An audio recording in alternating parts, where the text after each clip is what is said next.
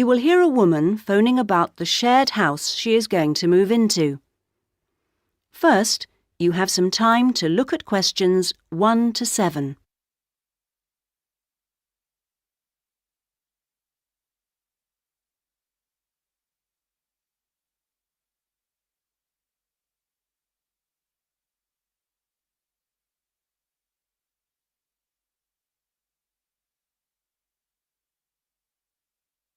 You should answer the questions as you listen, because you will not hear the recording a second time.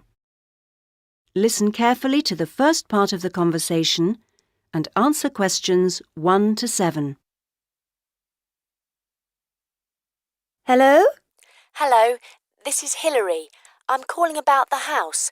I'm moving in next week. Oh, yes, Hilary. This is Judith.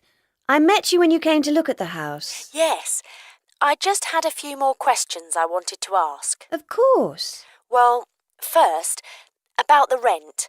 I realise I didn't check what it included. Yes, that's important. It includes most things. We don't have to pay extra for heating, for example, just for the telephone, which is fair enough, I suppose. Local taxes are part of the rent, so that's not a worry. That's fine. Then I remember I should have sent my letter of reference to the landlord by now, but I haven't got his address. Yes, you should get that off right away. Address it to Mr. Crawley. He's at 14 King Street. Is that in Exford? Yes. And then you'll need to put the postcode, of course. It's AP12 7QT. Got that, thanks. I also realise I don't know exactly what the house has in the way of equipment. Is there a microwave, for example? There isn't. None of us feels the need. Oh, fine. I'm sure I can do without one too. What about a hairdryer? Maybe you should bring one, if you need one. I'll buy one, yes. And TV? Oh, yes. We've got 2, in fact. Was there anything else? I just wondered if there were any rules. Not really. We share the cleaning, things like that. We do have to be careful about loud music. Yes. So we've agreed that there shouldn't be any loud music after 9, and that we don't play music at all in the living room after 10. Up to 11 in your own room's okay, as long as it's not too noisy. That sounds good. And is there somewhere safe I can keep my bike? That's difficult. To be honest, lots do get stolen round here. We haven't got a garage, so we tend to park ours in the garden so that they're hidden from the street. OK. Now, I hope you like cooking. Yes, I do. Do you all have shared meals? Not very often, actually. But when the weather's good in the summer, we like to have a barbecue together, which we do each Wednesday.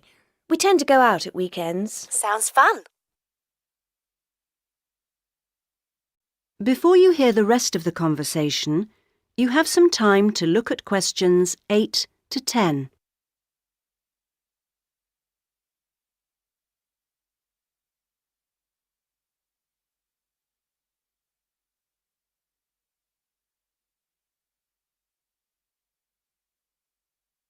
Now listen and answer questions 8 to 10. Are you familiar with this area? A bit. Actually, there are a few things that I'd like to know the location of. A bank, for example. Yes, there's one quite close. You just go up to the junction near the house, the one where 4 roads meet, and go straight ahead and then take the second left. It's a little way down there on the left-hand side. That's convenient. Another thing is that I'd like to check my emails quite often. I was wondering how far away an internet cafe was. Well, there are a couple actually, but one's much cheaper than the other. The one I use is very handy. You just go up to the big junction and then, well, I go straight ahead and then turn right so that it's on the right-hand side. Fine. And one last thing. Uh-huh. I need to go to the post office quite often. I'm hoping there's one quite close to the house. You're in luck. You'd walk up to the big junction and then, if you want a nice route, take the street that's slightly to the right. Then you'd want the second left, and you'd find it on the right side of the street. Well, it all sounds great. So, we'll see you in a couple of days' time? Yes. OK. Bye. Bye. That is the end of part 1. You now have half a minute to check your answers.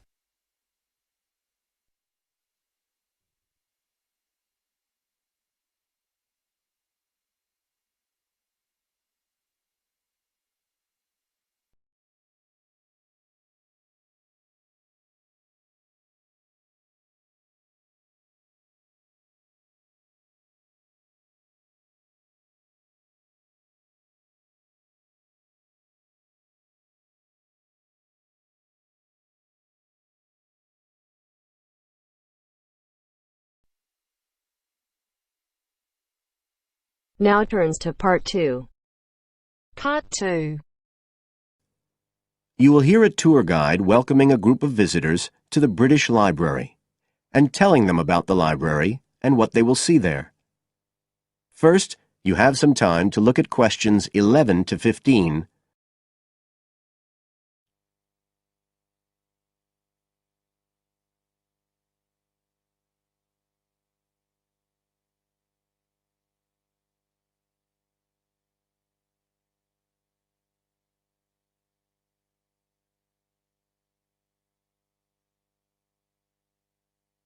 Now listen carefully and answer questions 11 to 15.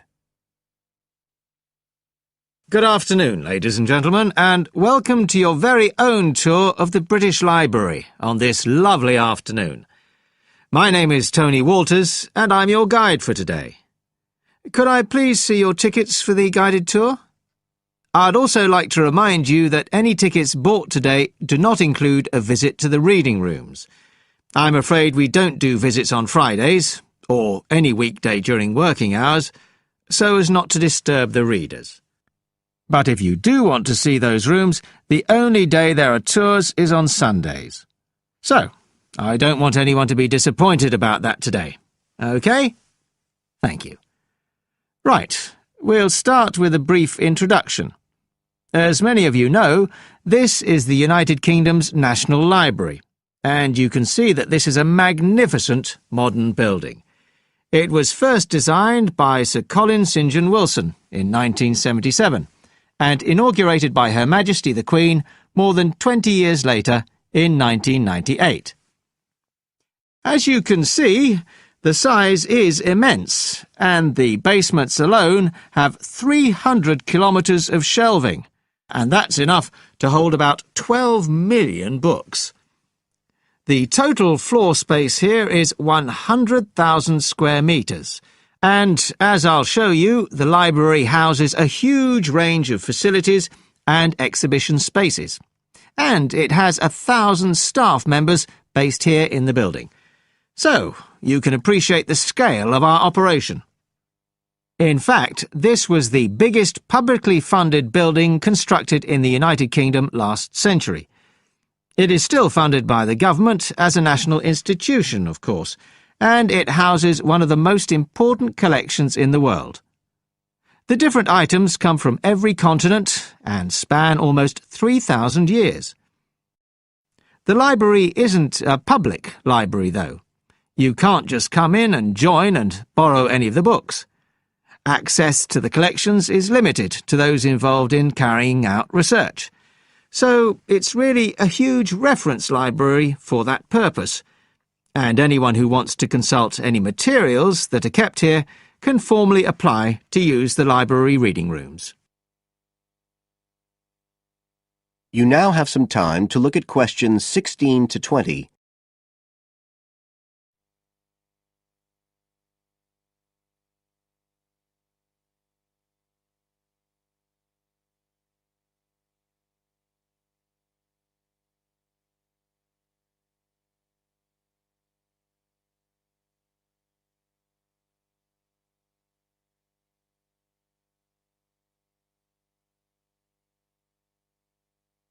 Now listen and answer questions 16 to 20.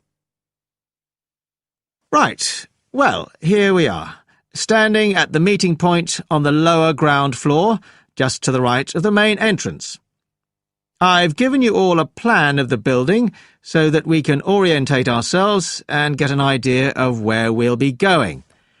Now, outside the main entrance, you'll see the wide piazza with the stunning sculpture of Newton.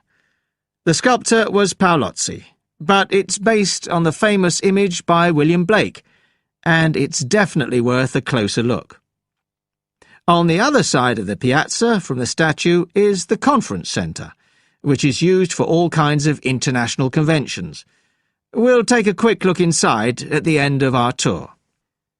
Looking ahead of us now, you'll see that we're standing opposite the staircase down to the basement, where you'll find the cloakroom, and to the left of that, we have the information desk, where you can find out about any current exhibitions, the times of the tours, and anything you need to know, if you don't have a tour guide. As you can see, on this lower ground floor, we also have a bookshop. That's the area over to the left of the main entrance. You'll be free to browse there when we get back to the ground floor. Now, opposite the main entrance on this floor, we have the open stairs leading up to the upper ground floor. And at the top of them, in the middle of the upper ground floor, you can see a kind of glass-sided tower that rises all the way up through the ceiling and up to the first floor. This is called the King's Library. It's really the heart of the building.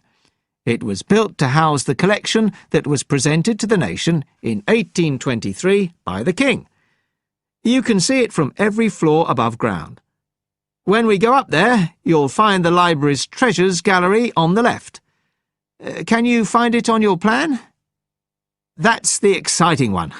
So we'll be visiting that first, but we'll also take a look at the stamp display situated behind it on the way to the cafe. A lot of people miss that.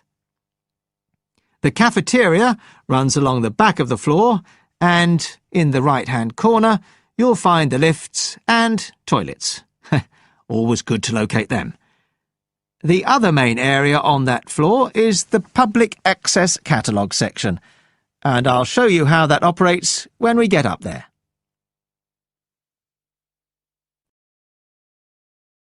That is the end of part 2.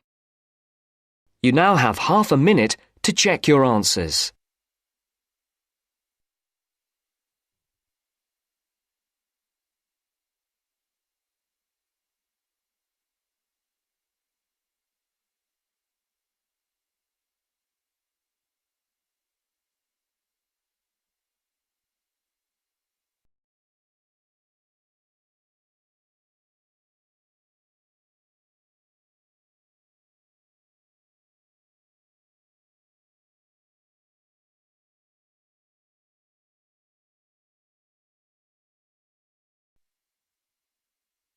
Now turns to part 3.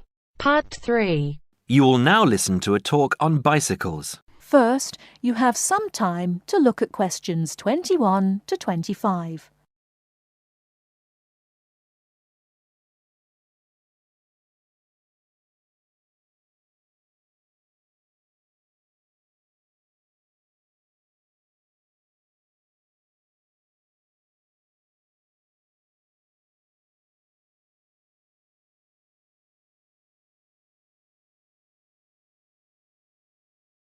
Now, listen carefully and answer questions 21 to 25.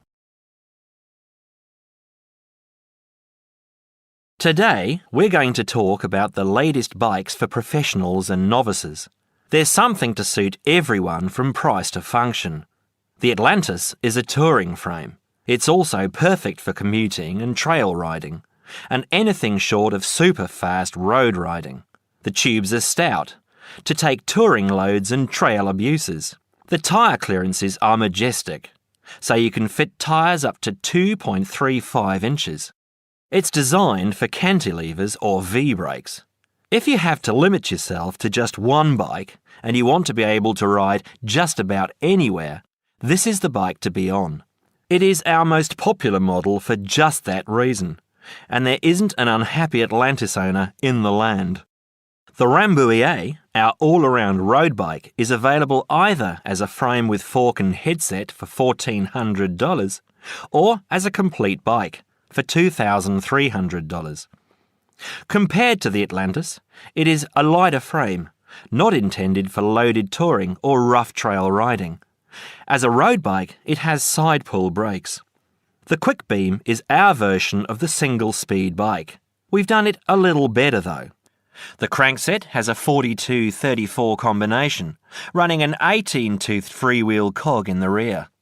And the rear hub is threaded opposite the drive side, so you can install a fixed cog of your own choice. In essence, you can have 4 speeds on the Quick Beam if you choose. The Quick Beam is available as a frame with fork and headset for $900 or as a complete bike for $1,300. This is a rugged, versatile bike that you can ride on the road as well as on rough trail. Before you hear the rest of the talk, you have some time to look at questions 26 to 30.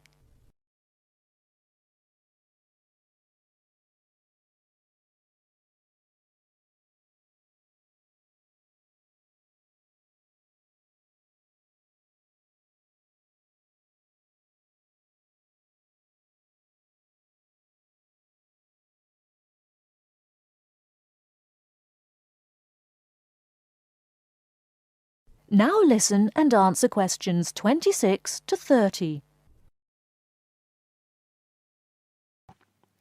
The Saluki is our roadish, light touring, randonneuring frame. It's designed for 650B wheels. If 650B means anything to you, you'll either love it or think it's marketing suicide. If you're new to 650B and a follower, you won't want it. If you're new and a rebel, you will. Now, I'll just talk a little about saddle comfort. The road bike, for the most part, has turned into a high-tech, uncomfortable machine, and the proof is all around us. Look through any bike magazine or catalogue, and you'll see the saddle up to 6 inches higher than the handlebars. It is impossible to be comfortable on such a bike. It forces you to lean forward, putting more weight on your groin, hands and arms. People ride these bikes with straight, locked-out arms and wake up with aching backs. They endure it, get used to it, or buy recumbents. When we custom design a bike for you, you'll be able to get a comfortable position. Your back will be between 45 and 50 degrees, and there will be a noticeable bend in the arms. And most importantly, your arms won't be supporting your body weight. You won't have to look up to look ahead, because you won't be hunched over and low. That means our bikes are more accessible for riding on the flats, or even for short climbs. We consider this when we design and build your custom frame. That is the end of part 3. You now have half a minute to check your answers.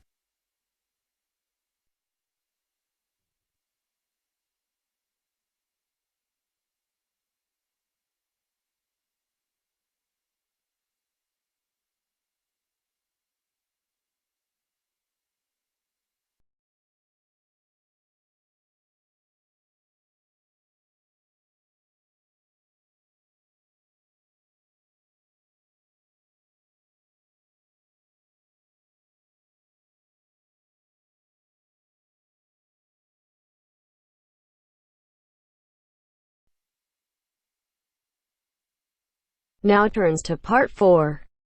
Part 4. You'll hear a lecture on MSG.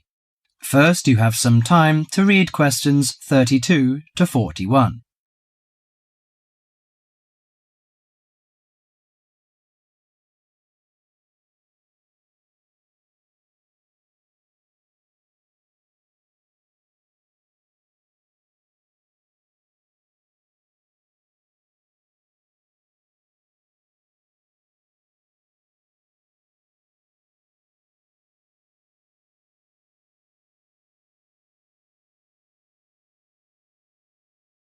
Now listen to the conversation and answer questions 32 to 41. You've probably noticed that MSG appears regularly among the ingredients of your favourite foods. But what is it? How long has it been used? How is it used? MSG, or monosodium glutamate, is a chemical commonly used to add flavour to salty or sour tasting foods. The average person knows almost nothing about it, but today MSG is found in everything from potato chips to soup. Its principal component is an amino acid called glutamic acid or glutamate. It was identified by Professor Kikunae Ikeda in 1908, but Eastern cooks have been using glutamate-rich seaweed as flavouring for more than 1,200 years. Glutamate is found in two forms: bound glutamate, which is linked to other amino acids forming a protein molecule, and free glutamate, that has no link to protein. Only free glutamate is effective in enhancing the flavour of food. Foods often used for their flavouring qualities, such as tomatoes and mushrooms, have high levels of naturally occurring free glutamate. MSG is usually produced through fermentation of corn, sugar beets, or sugar cane.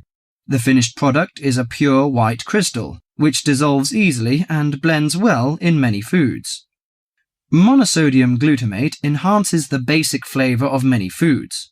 New studies also show that MSG elicits a unique taste that is known as umami in Japan and often described by Americans as a savoury, broth-like or meaty taste.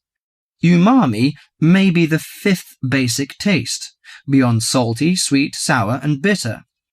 As an integral part of cuisines around the world, this savoury taste is common to the bouillons of Europe, the oyster sauce of China, the soy and fish sauces of Southeast Asia, the pizza of Italy, and the chowders and stews of America. MSG helps bring out the best natural flavours in a variety of foods such as meat, poultry, seafood, and vegetables. While MSG harmonises well with salty and sour tastes, it contributes little or nothing to sweet or bitter foods. Results of taste panel studies indicate that a level of 0.1 to 0.8% MSG by weight in food provides optimum enhancement of the food's natural flavour. This is within the range of glutamate that naturally occurs in foods. Approximately 1/2 teaspoon of MSG is an effective amount to enhance the flavour of a pound of meat or 4 to 6 servings of vegetables or soup. MSG is a self-limiting substance. Once the proper amount is used, adding more contributes little to food flavour. Overuse of MSG, as with many other seasonings and spices, may cause some foods to have an undesirable taste. There is simply no substitute for wholesome, quality food and good cooking techniques. MSG makes good quality food taste better, but will not improve the flavour of poor quality food. Disturbingly, scientists have known since the 1960s that MSG kills brain cells in young animals. Further research suggested that MSG may also be responsible for ailments ranging from skin rashes to irregular heartbeat and depression. Reports vary on just what percentage of the population is sensitive to MSG. One researcher put the figure as high as 30%. But food industry-sponsored studies have suggested it as low as 1 to 2%. Baby food manufacturers agreed to take MSG out of their products in the 1970s, but it is still widely used in other foods. This is because MSG is an economical way of stimulating great taste. If you're making a chicken stew but can't afford a whole chicken, why not use a little chicken and a lot of MSG? Consumer groups in the USA campaign regularly against its use, but for many of us, MSG will continue to be a part of everyday life. Food, it seems, will always be a matter of personal taste. That is the end of part 4. You now have half a minute to check your answers.